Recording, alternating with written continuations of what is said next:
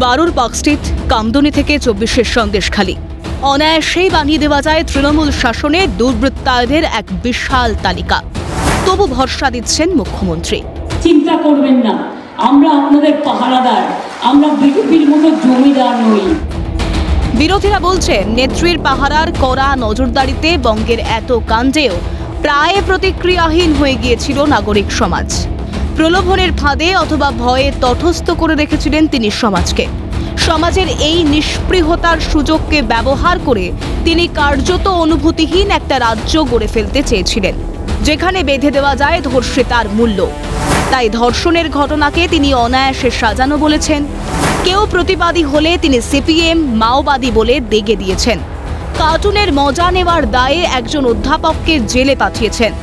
সারের চড়া দাম নিয়ে প্রশ্ন করায় এক নিরীহ যুবককে হাজত বাসও করিয়েছেন। সবই হয়েছে তার পাহারায়, অথচ তিনি দেখেও দেখেননি নিয়োগে দুর্নীতি, রেশনের চুরিটা। নিন্দুকেরা বলে কারণ নাকি সবই হয়েছে কালীঘাটের পাহারায়। চিন্তা করবেন না, আমরা আপনাদের পাহারাদার। কালীঘাটের 35টা প্লট কি অ্যাটাচড হয়েছে? শান্তিনিকেতনের বাড়িটা কি অ্যাটাচড হয়েছে?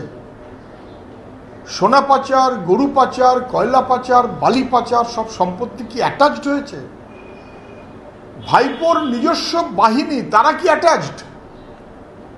ভাইপোর নিজস্ব বাহিনীর গুণকীর্তন সম্পন্ন কি বিনয় মিশ্র নাকি একটা ভানুয়াটুর দ্বীপে আছে, সেও কি অ্যাটাচড? চিন্তা করবেন না, আমরা আপনাদের পাহারাদার। পশ্চিম বাংলার 2 কোটি মেধাযুক্ত বেকার যুবক যুবতীর পিঠে ছুরি মেরেছেন, তাদের চাকরি বিক্রি করেছেন পার্থ চ্যাটার্জিকে দিয়ে। 6.5 কোটি রেশনের উপর নির্ভর করে থাকা বাংলার জনগণ রেশনের চাল, রেশনের গম পাচার করেছেন, গরিব মানুষের পিঠে ছুরি বসিয়েছেন এই মমতা ব্যানার্জি। দুর্নীতি শব্দটাকে এই সরকার যেন রাজনীতির সঙ্গে সমার্থক করে দিয়েছে। গত 13 বছর ধরে রাজ্যে চলছে তোলাবাজি, নেই শিল্প, নেই কাজের সুযোগ, বাড়ছে ভিন রাজ্যে যাওয়া পরিযায়ী শ্রমিকের সংখ্যা। অভিযোগ বিভিন্ন প্রকল্পের টাকা লুট করছে তৃণমূল, ফলে আরও কমছে কাজের সুযোগ। তাই এরাজ্যে বন্ধ 100 দিনের কাজ, আবাস যোজনার টাকার বরাদ্দ।